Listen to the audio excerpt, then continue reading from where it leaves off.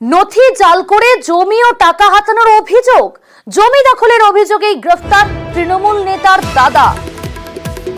এ বিষয়ে বিস্তারিত জানবো, আমাদের সঙ্গে রয়েছে আমাদের প্রতিনিধি বিশ্বজিৎ। জাল নথিপত্র করে জমি হাত বদল, আর এই ঘটনায় গ্রেফতার তৃণমূল নেতার দাদা। কি জানতে পারছো পুলিশ সূত্রে, নির্দিষ্টভাবে কি অভিযোগ তার বিরুদ্ধে?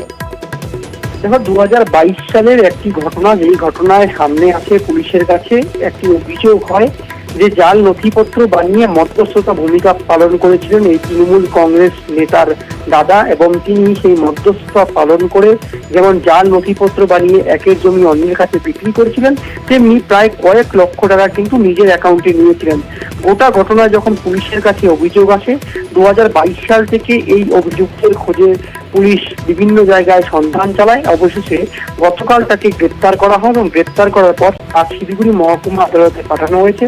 সেখান থেকে রিমান্ডে নিয়ে এই গোটা চক্র কিভাবে চলতো, এর সঙ্গে আরো কারা যুক্ত রয়েছে তার তদন্তে নামবে পুলিশ। তোমাকে জানি নাকি, নকশালবাড়ির হাতিপিছা এলাকাতেই কিন্তু সরকারি জমি দখল নিয়ে এর আগেও আমরা দেখিয়েছিলাম নকশালবাড়ি পঞ্চায়েত সমিতির কর্মাধ্যক্ষ তিনি গ্রেপ্তার হয়েছিলেন। তিনি বর্তমানে জেলের মধ্যেই রয়েছেন এবং এই ঘটনায় আরো নতুন করে এই গ্রেপ্তার নিয়ে পুলিশ কিন্তু আরো তদন্ত শুরু করেছে, এই চক্রে আরো কারা রয়েছেন। ধন্যবাদ বিশ্বজিৎ।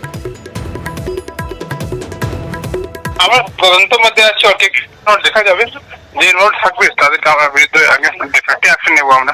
স্যার, যিনি অ্যারেস্ট হয়েছেন তার বিরুদ্ধে স্যার কি কি অভিযোগ? এটাই জাল ডকুমেন্ট দিয়ে কারো অন্য নাম দিয়ে জাল করেছে, ল্যান্ড সেল করেছে, এইরকম অভিযোগ হয়েছে।